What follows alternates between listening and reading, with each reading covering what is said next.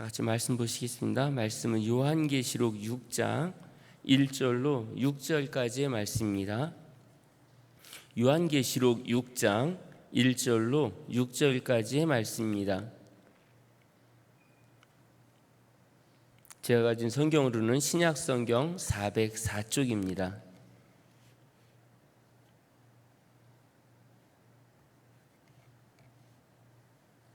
한 절씩 돌아가면서 봉독하도록 하겠습니다. 내가 봄에 어린 양이 7인 중에 하나를 떼시는데 그때에 내가 들으니 내 생물 중에 하나가 우레소리 같이 말하되 오라 하기로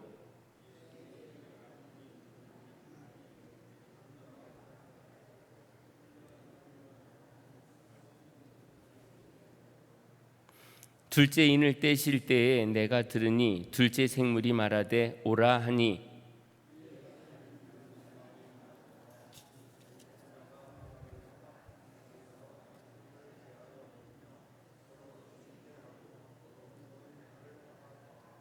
셋째 인을 떼실 때에 내가 들으니 셋째 생물이 말하되 오라 하기로 내가 보니 검은 말이 나오는데 그 탄 자가 손에 저울을 가졌더라.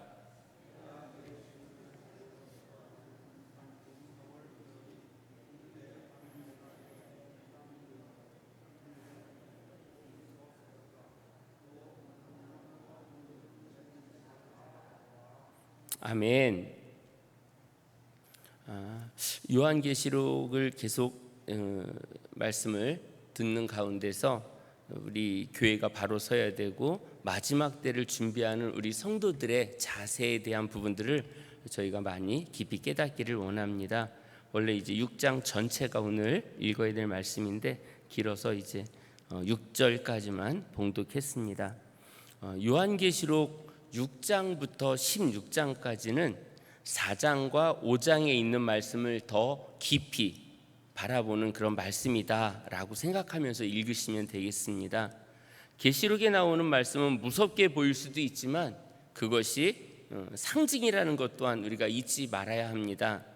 심판의 장면은 두려움으로 끝나는 것이 아니고 마지막 때에 대한 위로와 격려를 그 안에서 읽을 수 있어야 됩니다. 그러니까 심판은 두려움이 아니라 우리에게는 심판이 새로운 영생을 얻는 그 과정의 첫발이기 때문에 우리에겐 그것이 기쁨으로 받아들여야 된다는 것입니다. 말세다라고 이야기할 때마다 우리는 두려움을 그것을 받아들이는데 믿음의 사람들만큼은 지금 말세가 주님을 만나는 날이다, 기쁨으로 맞이하는 준비된 마음이 우리 성도님들에게 있기를 다시 한번 주님 이름으로 축원합니다. 계시록 4장 5장에 보좌에 앉으신 이가 있다라고 하는 말씀을 저희가 듣게 됐는데 이 모든 건 하나님의 주권에 의해서 심판이 진행될 것이다 라고 하는 믿음을 우리에게 주고 있습니다. 그러니까 아까도 말씀드렸지만 심판에 관한 말씀은 두려움이 아니라 하나님의 주권을 믿으며 이제 이 말씀을 읽어가야 합니다. 계시록 6장부터 16장에는 세 가지 심판, 인에 대한 부분, 이제 인을 떼는 거에 대한 부분과 나팔, 대접, 이렇게 서로 다른 심판을 보여주는 게 아니라 같은 것을 다른 시각으로 바라보면서 표현한 것이 이 6장부터 16장에 나오는 세 가지 심판의 이야기가 등장을 하게 됩니다. 그러니까 종말 자체가 마귀가 만들어내는 작품이 아니라 하나님의 주권하에 진행되는 게 이제 가장 중요함을 우리가 기억해야 됩니다. 1절부터 8절까지 오늘 다 8절까지 봉독도 하지 않았지만 4개의 봉인이 떼어지는 장면이 그려지고 있습니다. 이 장면에서 반복되는 단어가 있죠. 오라. 내 생물이 이제 외치는 거예요. 와서 봐라. 여기 오라는 표현은 심판과 은혜가 동시에 초청되는 모습을 연상케 합니다. 심판이 올 것 같고 그 다음에 여기서 뭔가 이 하나님의 은혜가 있을 것 같고 하는 그런 부분들을 같이 느끼게 하는 부분이 바로 오라라는 그런 단어입니다. 주님이 오실 때 맞이할 준비는 다 돼 계신가요? 오늘 주님이 오시면 막 다 준비가 돼서 주님 오세요라고 할 만큼 다 준비가 돼 계신가요?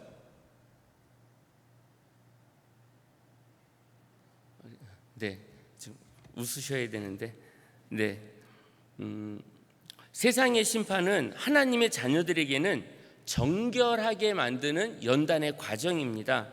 하나님의 은혜로 그러니까 해석이 돼야 된다는 것입니다.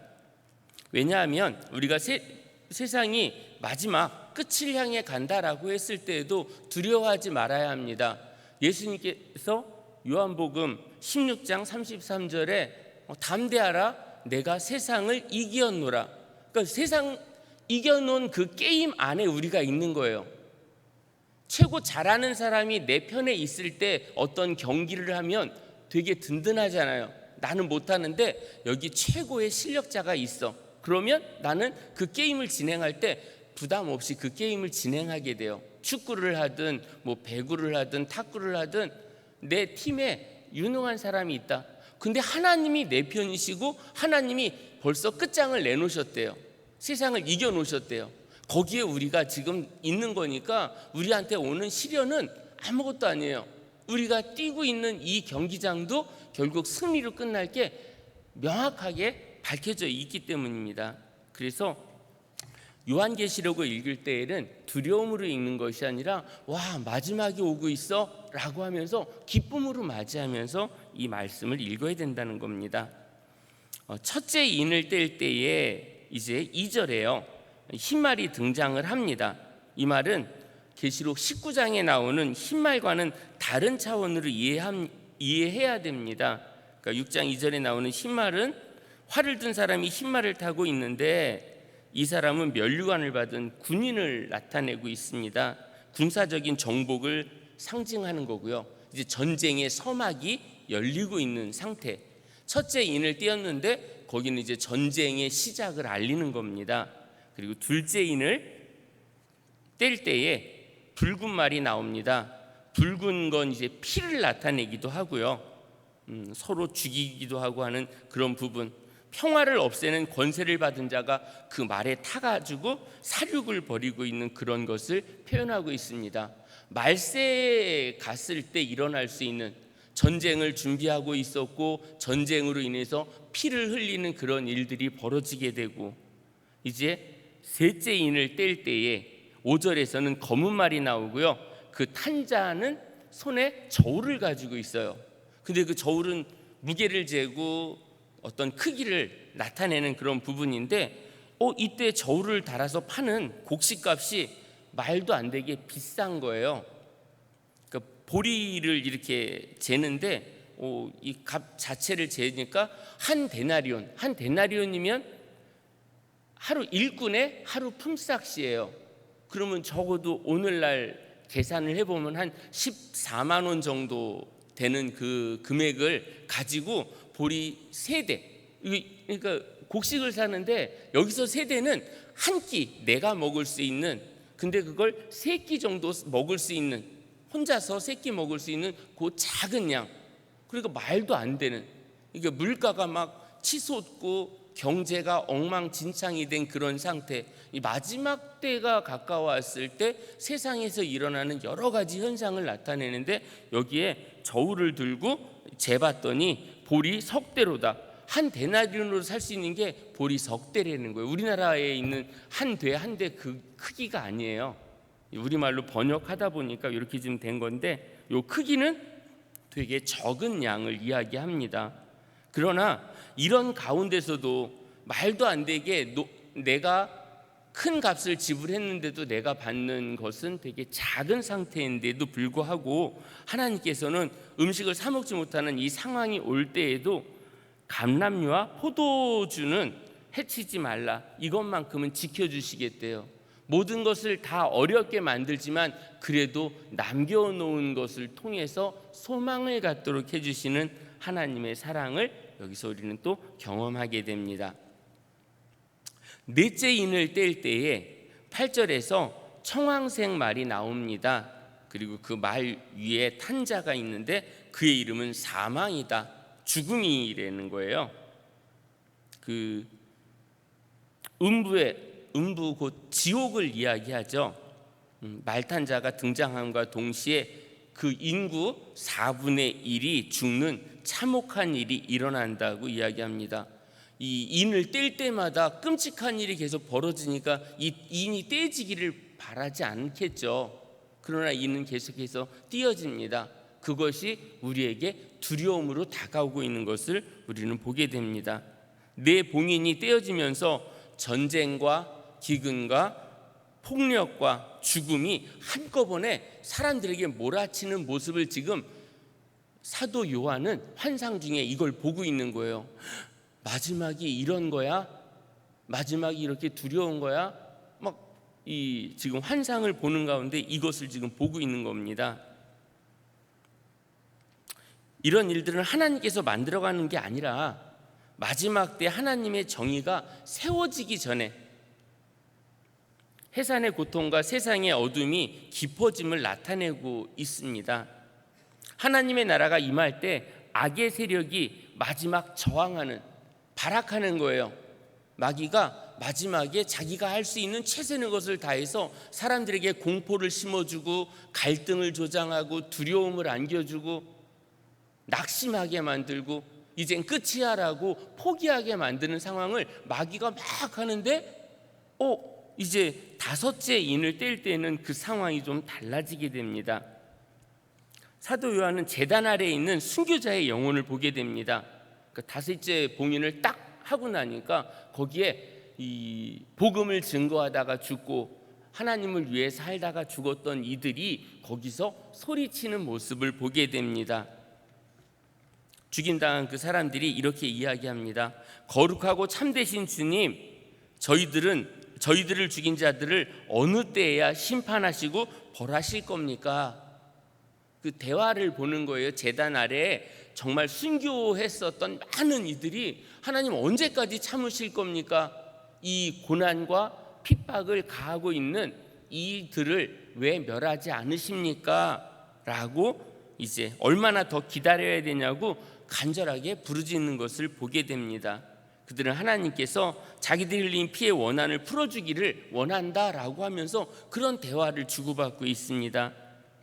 하나님의 정의가 세워지는 것을 이렇게 원하지만 대신 이제 복수를 원하는 건 아니에요. 이 원한을 풀어달라고 이제 고백을 하는데 이들은 이제 흰 두루마리 옷을 입고 있는데요. 그들은 의로움의 상징이에요. 정말 하나님을 위해서 내 목숨 아까워하지 않고 바쳤던 그들은 의로운 자다라는 걸 보게 되는데요.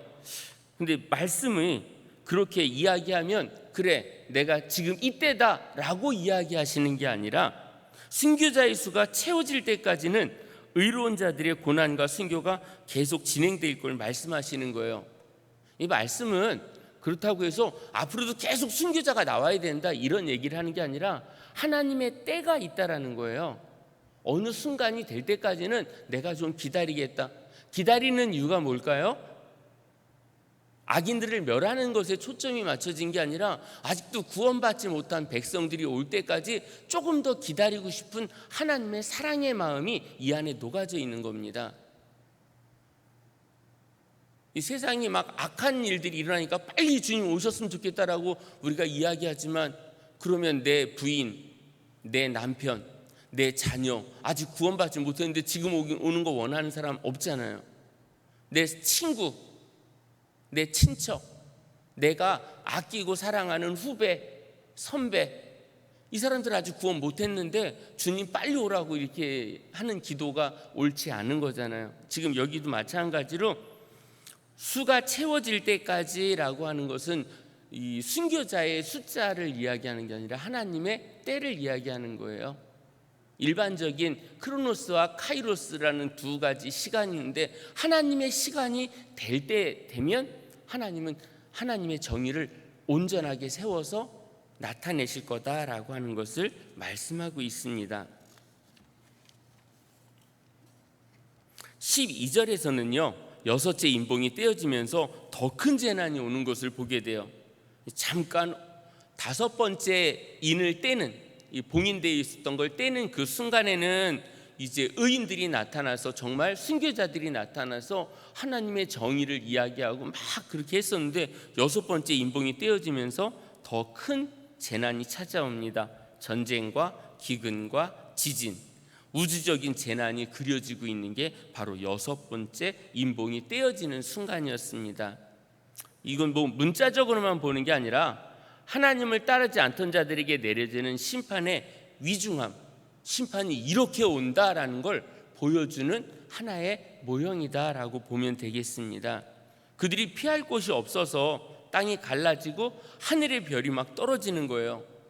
땅이 갈라지고 하늘에서 쏟아지면 이 사람들이 어디를 피하겠습니까? 이 심판은 이제 땅의 왕들, 고관들, 세상에서 잘 나가던 사람들이 이제 그걸 피하려고 막 하는데 제발 나를 숨겨달라고 애원하면서 숨어가는 아주 부끄러운 마지막 모습을 거기서 표현하고 있습니다.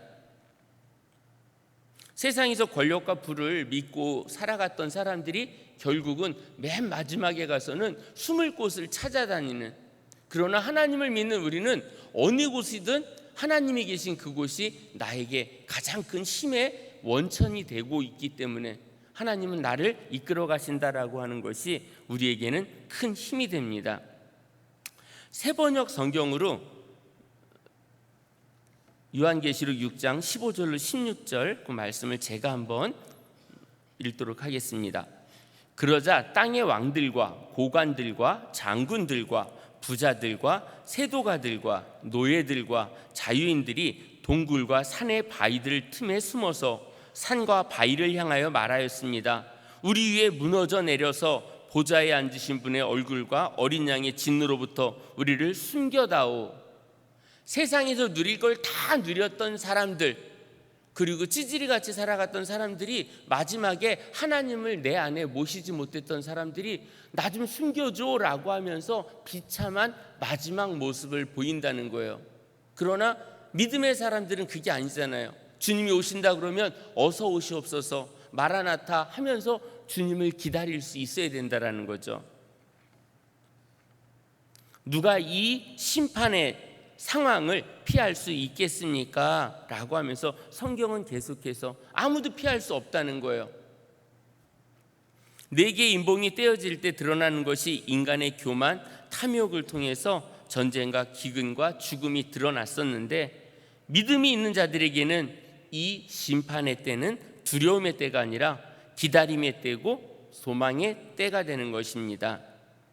오늘 이 새벽에 심판의 때가 두려움이 아닌 은혜로 맞이하는 주님, 어서 오시옵소서라고 기다리는 마라나타의 신앙을 소유하는 우리 성도님들이 되시기를 바랍니다.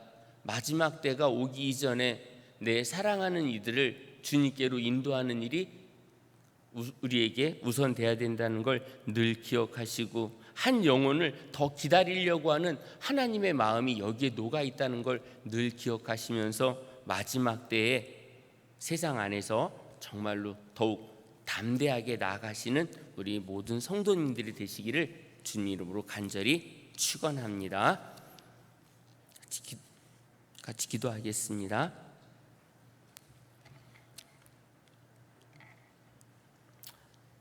하나님 은혜를 감사합니다.